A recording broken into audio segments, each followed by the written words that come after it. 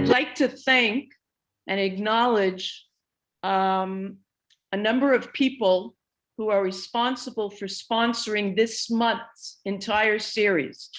And they are Emil and Barbara Offgang, Helen Daniels, Shim and Vivian Felsen, Steve and Merle Goldman, Isaac and Belle Silverstein, and Fred and Beverly Schaefer.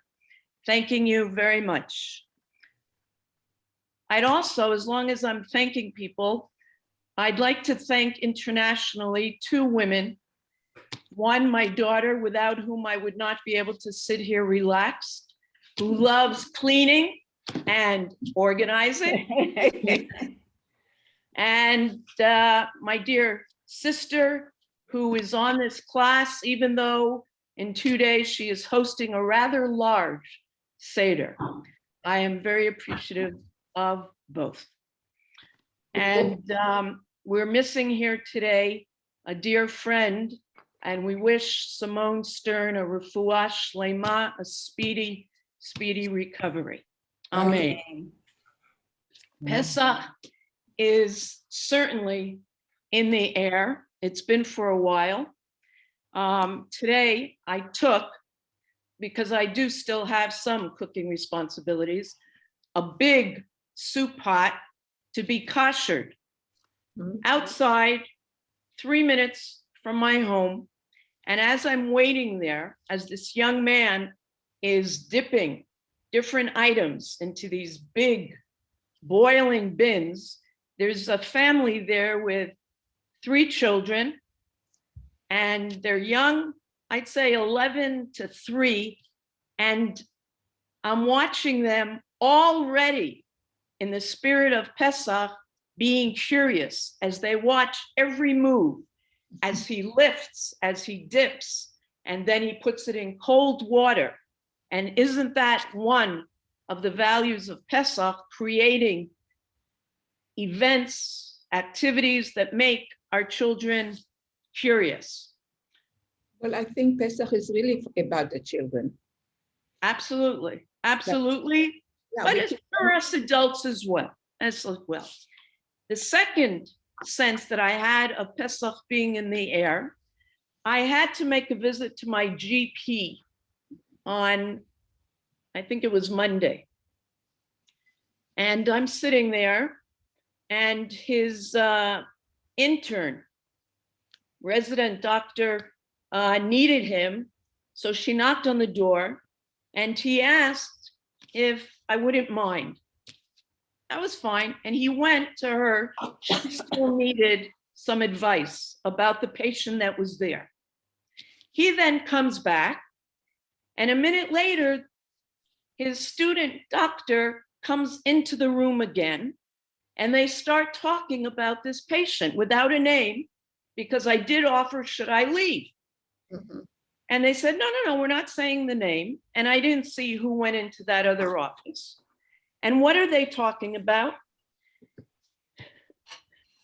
She's complaining about symptoms that she's getting now and that she had pre-Rosh Hashanah. And what did the doctor call it? Tismonet Machatanim. Machatanim syndrome. And then he looked at me and he said, well, let me ask you, how do you feel about Pesach? And I said, honestly, I only have the warmest of memories, because I remember as a child, especially when we moved up to Toronto, that Pesach meant that once my paternal grandparents were retired, that they came up to be with Grandma Bessie. My maternal grandmother would always come up, and that brought wonderful, wonderful memories. And in fact, I thought then of the 2 magnificent Seders that we would have. And when we were younger, my parents would have, each Seder would be rather huge. And then after a number of years, I don't know if you took note of this, they decided they wanted to give their 3 children a little bit more attention. And so the second Seder was just the nuclear family and the grandparents. But my memories, I don't know. I like the preparing. But again, as I said, Batya's here. So anyway, may it be a good Pesach for us all. Amen. So we have explored biblical heroes and then moved to and by heroes during the Shoah, demonstrating a variety of forms of resistance. And rising from destruction, we now look forward to Yom Hazikaron and Yom Ha'atzmaut. A new breed of Jew was called for. And in the spirit of V'higadata, of telling a story on Pesach, I am going to share a story that I know I have shared before, several years ago, but should be repeated, especially as the introduction to our transition from the Shoah to another type of contemporary Israeli hero. The story is called The Name by Aaron Meged. The key characters are grandfather Ziskin, granddaughter Rhea, her young Sabra husband Yehuda, and caught in between the generation Rachel, Raya's mom. Raya and Yehuda would visit grandfather Ziskin once a month, and even then with much trepidation. And I will read to you significant selections from the not too long story. On the wall in Grandpa Ziskin's apartment hung a clock which had long since stopped. Pay attention to some of the descriptions that are certainly symbolic. We ought to make grandfather a present of a clock, Raya would say to Yehuda as she surveyed the room, and her glance lighted on the clock. But every time the matter slipped her memory, she loved her grandfather with his pointed white silky beard, his tranquil face from which a kind of holy radiance emanated, his quiet, soft voice, which seemed to have been made only for uttering words of sublime wisdom. And now, what can I offer you? Grandfather Ziskin would ask. There's no need to offer us anything, grandfather. We didn't come for that. But protests were of no avail. Grandfather would take out a jar of fermenting preserves and put it on the table. Then grapes and plums, biscuits, and 2 glasses of strong tea, forcing them to eat. And then the biggest torment of all. Grandfather Ziskin would rise, take the chair and place it next to the wall, get up on it carefully, holding on to the back so as not to fall, open the clock and take out a cloth bag with a black cord tied round it. I would like you to read this. Grandfather, Raya would rush to Yehuda's rescue, but he's already read it at least 10 times. But grandfather Ziskin would pretend not to hear. And so Yehuda was compelled to read it. It was a lament for grandfather's native town in the Ukraine, which had been destroyed by the Germans and all its Jews slaughtered. When he had finished, grandfather would take the sheets out of his hand, fold them, sigh, and say, and nothing of all of this is left.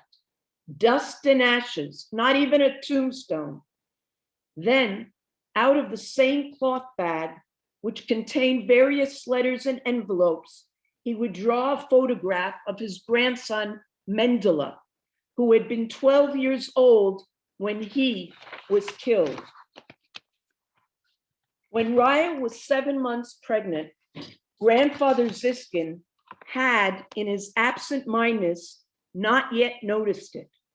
But Rachel, Raya's mom, could no longer refrain from letting him share her joy and hope, and told him that a great grandchild would soon be born. One evening, he came to Raya and Yehuda's flat.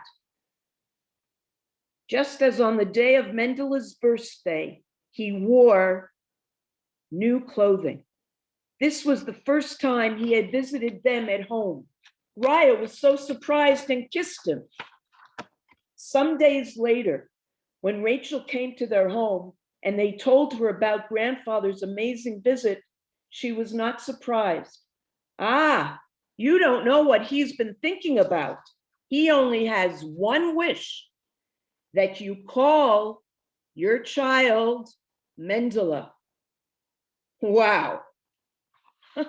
Absolutely not. Yehuda shrugged his shoulders. Crazy. The child would be happy all his life. Raya's face grew so solemn. We have already decided on the name. If it's a girl, she'll be called Osnat. And if it's a boy, Ehud. Actually, what's so bad about the name Mendele? Rachel asked. It's a Jewish name like any other. What are you talking about, mother? It's a ghetto name, utter, ugly, horrible. I wouldn't even be capable of letting it cross my lips. Do you want me to hate my child? Oh, you won't hate your child. You have to do it for grandfather's sake. You know, mother, I am ready to do anything, but not ready to sacrifice my child's happiness. Aren't we bound to retain the names of the dead, to leave a remembrance? But I don't always want to remember all those dreadful things. Then grandfather asked, so maybe not Mendele. What about Menachem? It's not an Israeli name, Yehuda says. It's from the Golah. But we all come from the Golah. Yes, Yehuda said. But no, you, that is to say, think that there's something new here, Yehuda? That everything was here and all in the past is gone, dead without sequel? I didn't say that. I only said that we were born in this country. You good for nothing. What do you know about what was there? Yes, said Yehuda, but we no longer have any ties with it. You have no ties with it? We have. Fool, Ziskin shot at him. Do you think that people come to a desert and make themselves a nation? That you are the first of some new race? That you're not the son of your father? Ties are remembrance. And you're ashamed to give your son the name Mendele, lest it remind you there were Jews who were called by that name? No continuation, no evidence. And with that, grandfather Ziskin rose and left. The newborn child was a boy, and he was named Ehud. And when he was about a month old, Raya and Yehuda came to visit grandfather. Grandfather looked at them as if surprised, and then said absently, come in, come in. We brought the baby with us. Her face shining, but grandfather barely looked. The aged father did not recognize the great-grandchild whose life would be no memorial. Grandfather Ziskin got up, took his chair, pulled up to the clock. Let's go, Raya said to Yehuda in a choked voice. Grandfather Ziskin held the key of the clock for a moment more. He let his hand fall, grasped the back of the chair, and got down. Yes, you have to go, he said with a tortured grimace. When the door had closed behind them, the tears flowed from Raya's eyes. She bent over the carriage and pressed her lips to the baby's chest. At that moment, it seemed to her that he was in need of pity and of great love, as though he were alone, an orphan in the world.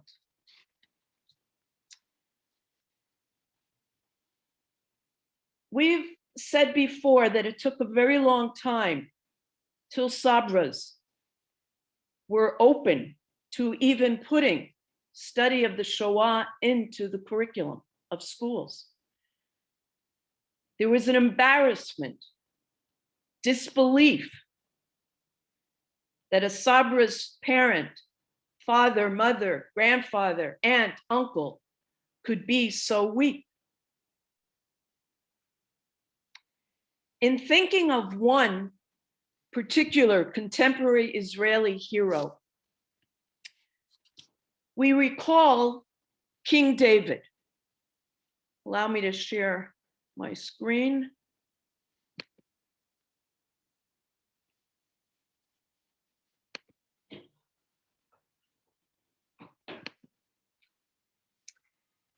When he sat and engaged in Torah study, King David made himself as delicate as a tola'at, a worm. And when he went out to do battle, he made himself as firm as a tree. A split personality, you might say. Let's read of a particular story in David's life before he ruled. He lived in a small community known as Ziklag.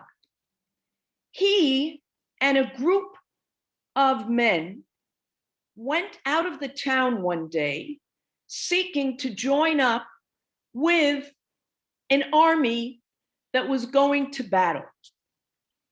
They come back several days after, and they find that their town has been burnt down, and all the women and children have been taken captive by the Amalekites, who we're familiar with from the Purim story.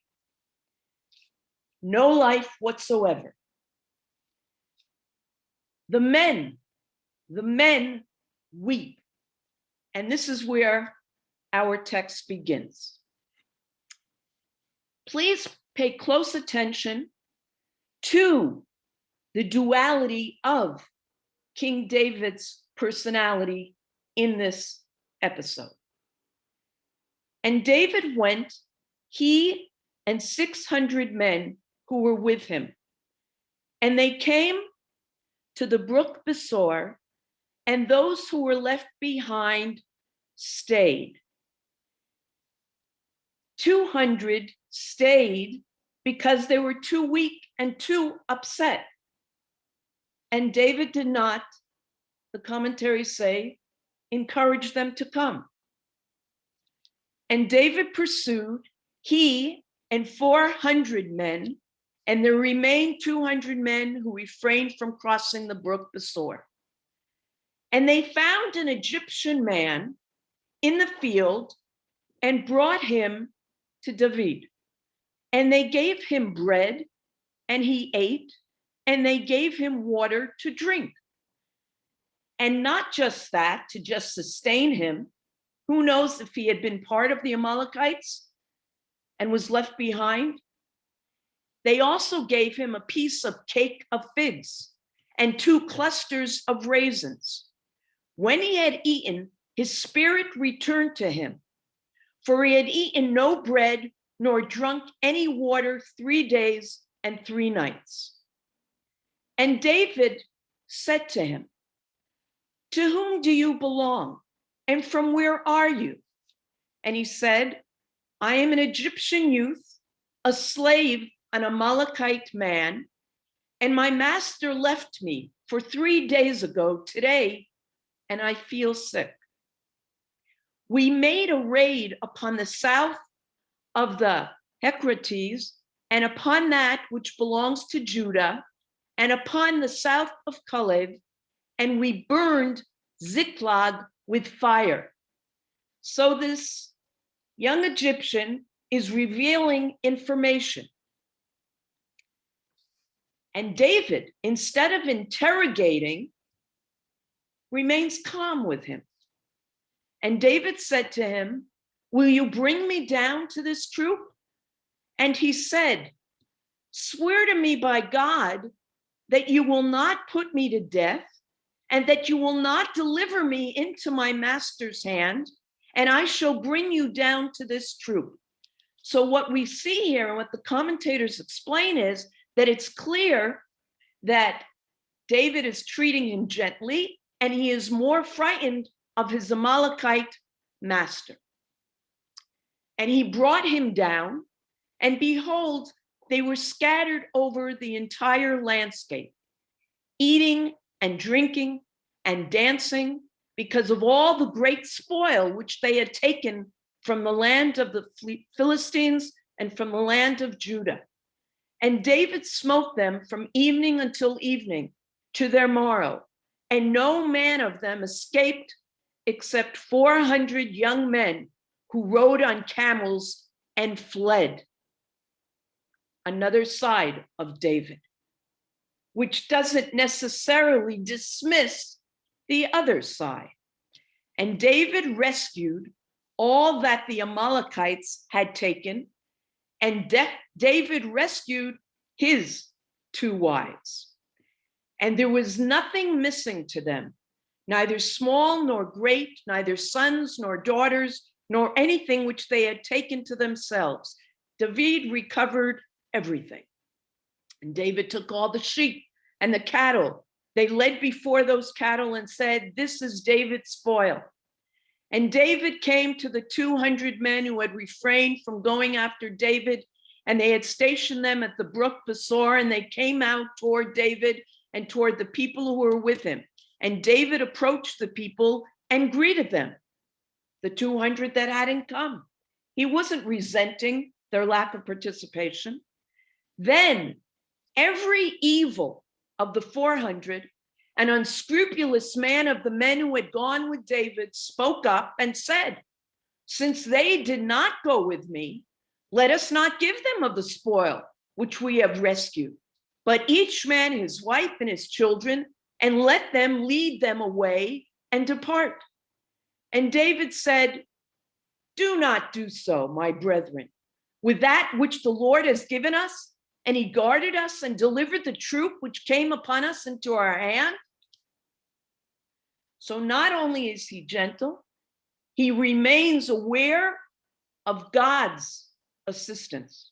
And who will listen to you concerning this matter? For as the share of him who goes down into the battle, so is the share of him who stays with the luggage. They shall share alike. A description of King David. Rav Eliezer Kashtiel studied for 6 years with a contemporary hero that we will be focusing upon today. And he writes the following about King David.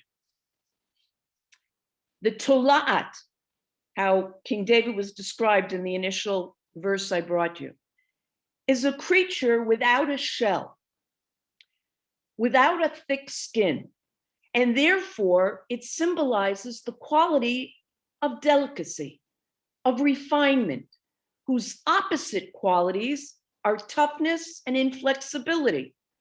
A person, the Talmud says, should always strive to be as soft as a reed, a worm, and not hard as a cedar tree.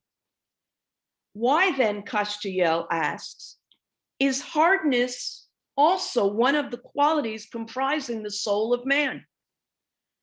This is apparently a defense mechanism. See if you relate to this. I think we all should be able to, nationally and personally, that man uses when he discovers that reality can sometimes be menacing or frightening. There are aspects of reality that do not suit us, whatever that is, nationally, globally, personally. things that are very different from the way we are. And because we feel threatened, they cause us to feel great emotional stress. In response to a perceived threat, man encases himself in a covering, a shell of toughness, rigidity, allowing him to coexist with a complex reality, one that is difficult and turbulent, one that he cannot always flow with smoothly and seamlessly. What's the significance of these conflicting traits of David? It speaks to us. We all face, as I've just said, these different types of situations. And sometimes we are gentle, and sometimes we have to protect ourselves, and sometimes even react firmly, aggressively. But never, Kashtiel says, without having internalized adinut, delicacy, refinement. Rav Kashtiel studied with Roe Klein, Zichrono Livracha, for 6 years. He describes him as having inherited this trait of adinut, perhaps from his home in Renana, perhaps from David HaMelech. Who is Roe Klein? 10 years after the Second War in Lebanon and the heroic battle of the Golani unit of which he was a part, a Professor Gad Yair, head of the Sociology and Anthropology Department of Hebrew University, facilitated a research project in 2016. The Second War was 10 years previous. Participating were hundreds of high school students across the country. They were asked to respond to one question. Does there still exist in Israel an image of a gibor, a hero? And who is the person you think of as a hero? Yes, replied the students from all types of backgrounds. There is the image of a hero in Israel. The research indicated that this generation did not want images of leaders of the past, not Herzl, not Ben Gurion, not Menachem Begin, not even Yosef Trumpeldor. They wished to identify with closer images, personalities, and the vast majority chose Major Roe Klein, the hero of the battle. His widow, Sarah, asked how he'd react if he knew he was to become such a legend. Her response was, if Roe had known, he would not have dared die. And let's watch now a few moments of Roe.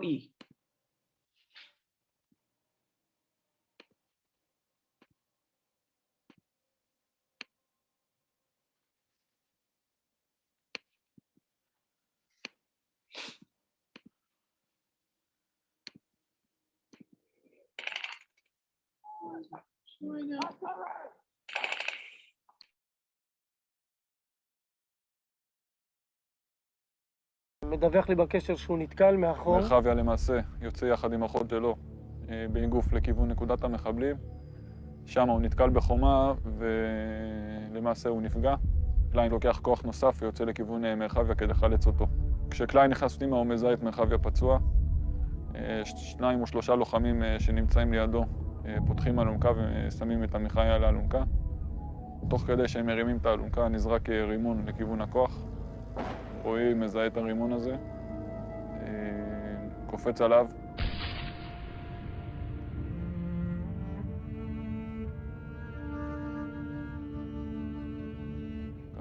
פתאום אני זוכר שמע ישראל כזה בכוונה. כאילו שמע ישראל, השם, אלוקינו, השם, אחד. ככה ממש בכוונה, כאילו... ממש כמו בסיפורים.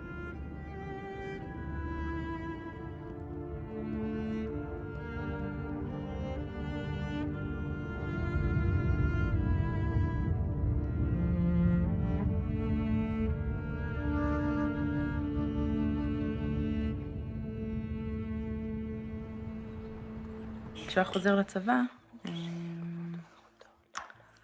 הרבה פעמים רציתי להגיד לו, תשמור על עצמך. אבל הרגשתי שזה לא שייך. התביישתי להגיד לו. כי ידעתי שהוא יגיד לי, מה לשמור על עצמי? אני הולך לצבא, והרבה פעמים הייתי אומרת לו, תשמור על אחרים, תשמורו אחד על השני. דברים כאלה. גם בפעם האחרונה שהוא יצא. זה מכתב של שבוע לפני החתונה. לשרה אשתי לעתיד ביתי. יהי רצון מלפניך השם אלוקינו ואלוקי אבותינו. שנזכה ונקים בניין עדי עד בית ישראלי מתוך אידיאל ישראלי, מתוך מחשבות ורגשות ישראלים, ישרים עם אל. מתוך אהבה, אחווה, שלום ורעות, מתוך אחדות. מתוך ידיעה ומתוך הרגשה ומתוך אמונה שלמה של זאת הפעם עצם מעצמי ובשר מבשרי. מתוך ציפייה לישועה ולגאולתן של ישראל. מתוך כך שהכוח הישראלי הוא אבן היסוד והבניין של האומה כולה.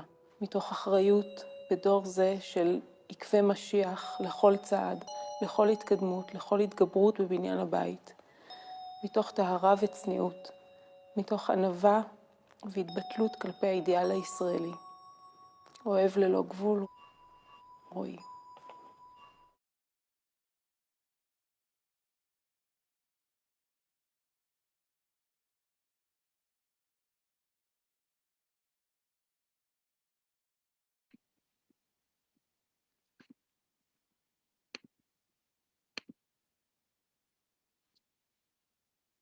It's a legend reminding us of, indeed, Rabbi Akiva. So Kashtiel says that like David HaMelech, Roi was also a warrior. And Roi kept a notebook.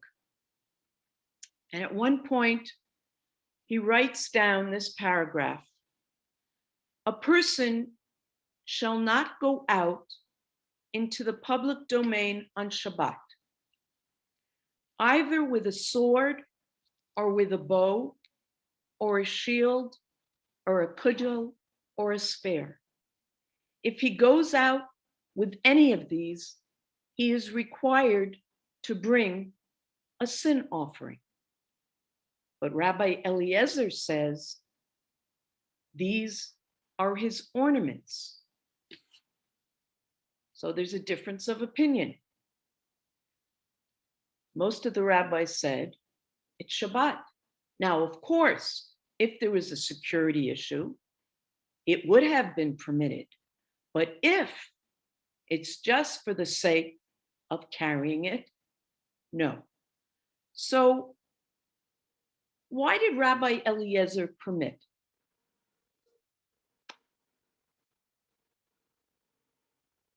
Kashtiel says that Rabbi Eliezer said, just as a woman can wear jewels on Shabbat, so too a man, because his weapons are his ornaments. Now, I'm aware that that probably sounds to our modern sensibilities and perhaps other sensibilities still a little odd. But I want you to understand the point. For in fact, aren't weapons designed to hurt, even to kill others? Rav Kook suggests the following. Heroism in and of itself is an ornament. Life's vigor in any form is good and proper. An external bodily strength is ontologically linked to spiritual strength, which is achieved only when the spirit is pure and honest. That is why those external signs like weapons that indicate the existence of strength are also ornaments. And Roe Klein elaborates in his notebook, the ability to persevere and the vigor of spiritual life are connected to the physical ability to persevere. And this ability is good when its source is upright and pure. Gvura is an act of kindness. Now, what does he mean here?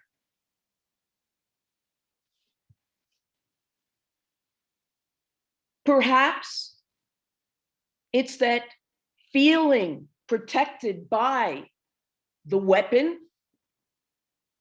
You can allow yourself to feel mentally, spiritually okay.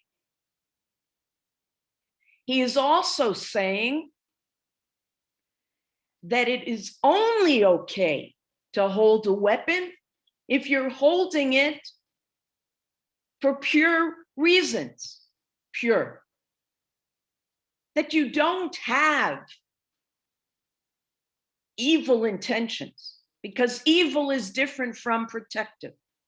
You know, I mentioned that I took the pot to kosher today, and behind me was a man who looked to me his 40s, and I only had this pot. But he asked me, do I only have this one item? And then he had a bag of many items. And he said, do you mind if I put it down next to your pot? And as I looked at him, I saw that he had around his waist a gun.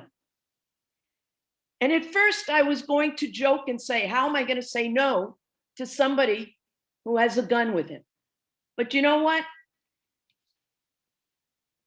Sometimes you don't joke about things that are too much on our minds. But if he's carrying that, I pray that he's carrying it, as so many are these days, for protective reasons.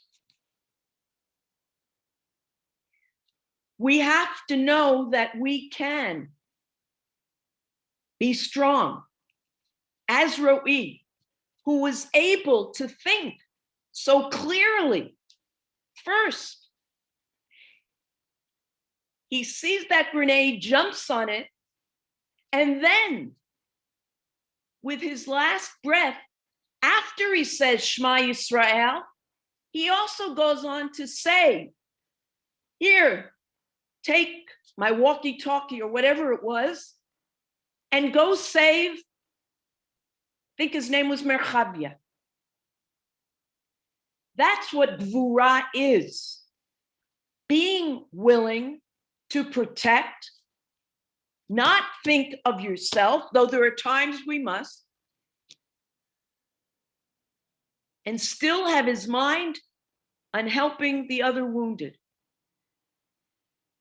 Heroism, Gvura, we know from Pirkei Avot, is greater in our eyes than the conqueror of a city. Castiel goes on to say, and these are all taken, these quotes, from lectures and study classes that he gave the entire year of mourning with friends and family of Ro'i. The attribute of Gvura is capable of bringing a person to a situation where he can sign off of every piece of his life, every minute detail, every single deed, and every last response. He can say, yes, I was there with full moral cognizance. That is how I wanted to respond. That corresponds to my world of values. When this kind of heroism goes to war, just as anyone would have tried to protect people yesterday in Brooklyn. And I'm hearing terrible things about the campuses and universities in Canada. This is a heroism that is full of unbound giving. Heroism that is the opposite of impulsivity. And this was the kind of hero that Rabbi Eliezer envisioned when he ruled that the sword and the bow are also ornaments. Now, how do we connect this, for we must, with the upcoming wonderful Chag, Pesach? I'd like to share with you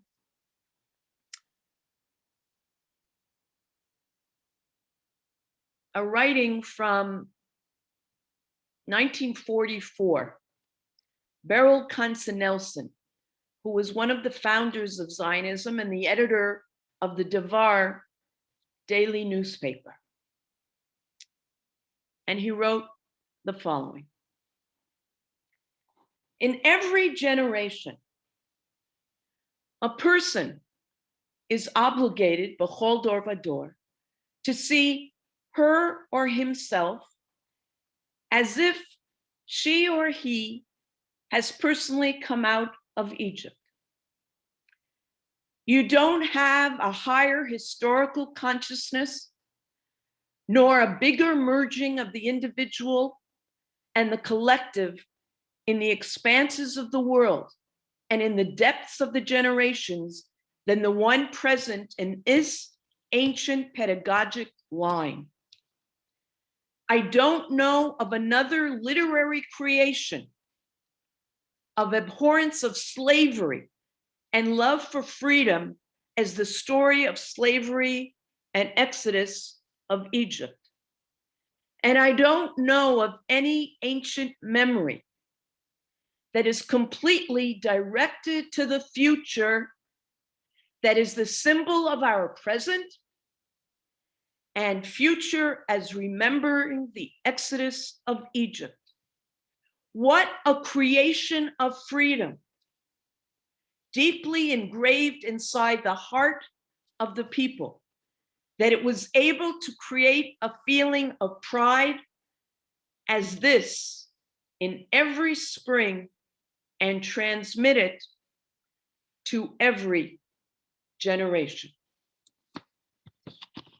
Is Pesach and having Gvura not all about feeling I am part of something bigger than myself?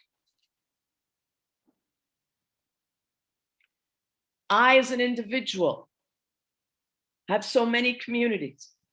The community of the past, the community of now, and what keeps us going, as we saw in the Tanakh and with the resistors in the Shoah, and people such as Ro'i Klein, Zichrono Livracha, are thoughts of a better day and the future.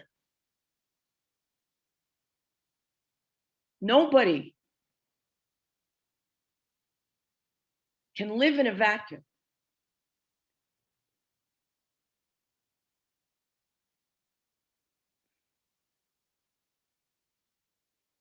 When we're on our own and feeling very lonely, there is great comfort in feeling that we are part of a greater community, I believe. You know, people often wonder why, when somebody is in mourning, when it comes to a certain Yom Tov, Chag, you have to put that aside. The rabbis were great psychologists. It's not that it's minimizing your personal loss.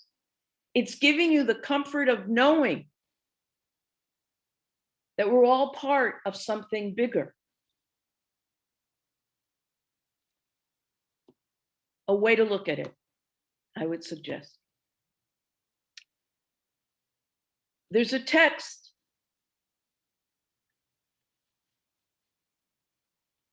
of modern times, although 1944 isn't that long ago, that we have also shared previously.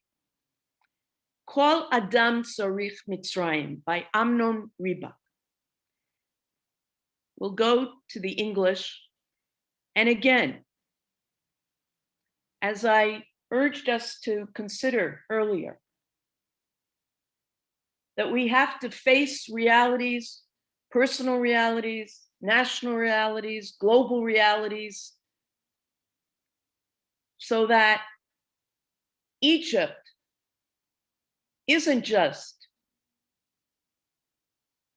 the Egypt that we're focusing upon this coming week, but it's a metaphor for all types of enslavement and cruelties that we have to face. And we have to find ways to have that same spirit that we've seen in the heroes that we've looked at. So as I read this, think of your different Egypts.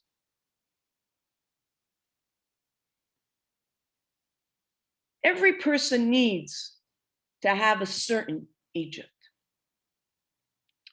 To be as Moshe, themselves inside it, with a strong arm or with grinding teeth. Every person needs terror and great darkness, and comfort and promise and redemption. That they would know to look up at the sky. Every person needs one prayer that would constantly be on their lips. A person needs to bend one time. Every person needs a shoulder. Every person needs to have a certain Egypt. To redeem themselves from it, from the house of slavery, to go out in the middle of the night to the desert of fears, to march straight into the waters, to see them open before them to both sides. Every person needs a shoulder on which to carry the bones of Yosef. Every person needs to straighten their backs.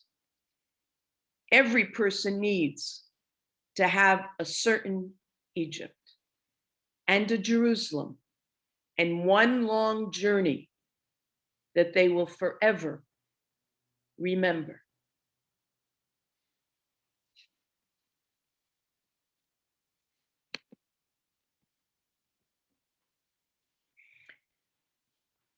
And we might be focusing this coming week on Pesach, but we know that we think of this Egypt and our exodus on a daily basis. On a daily basis. We don't leave it just for the starim. We don't leave it just for the weekly kiddush, but we refer to it every day, whether in Birkat Hamazon or whether in the Shema. We talked last week of constant reminders.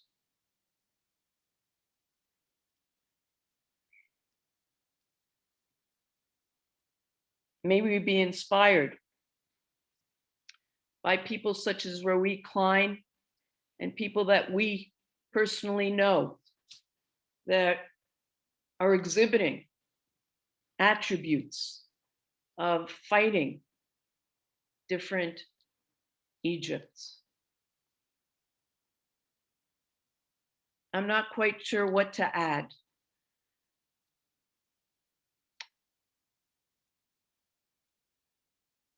As we sit and anticipate this Chag, it's very, very hard. There's always something that's on our mind. I would suggest to you, those of you who don't look at it regularly, the Times of Israel. Please, the Times of Israel, and look for an article written by Rachel Sharansky-Danziger, a contributor to that paper constantly. You should be able to find it. You should have it, and whether you're meeting on Zoom, as we discussed before the class, or in person, it should be a document at your table to share, that we should all feel like the cracked matzah in view of what's going on in the Ukraine. We look around and every year there is something else that reminds us that we have to keep remembering Pesach. You know of the tendency these days for some people to not like, particularly in the Haggadah, the shvoch et chamatcha, pour out your wrath. And in fact, there are some Haggadot that have deleted that. Then there are those that have pour out your wrath, but also pour out your love. Perhaps we need to find something in between. But if I've suggested anything today, it's that we have to know that sometimes we have to be like King David and Roe Klein, but both were students of Torah. And even if we laugh sometimes at King David's marital affairs, who doesn't have some flaw? But there was a sense of delicacy, as we said, that Roe inherited from him. And we live in a world where we have to know that if motivated, and we are motivated, we have to feel that we have to stand up strong. A few weeks ago, we read the song, Lo Lo Tinatzku Oti. You will not beat us. Not here, not anywhere. L'shana haba Yerushalayim. I want to wish everybody a good, healthy and safe Pesach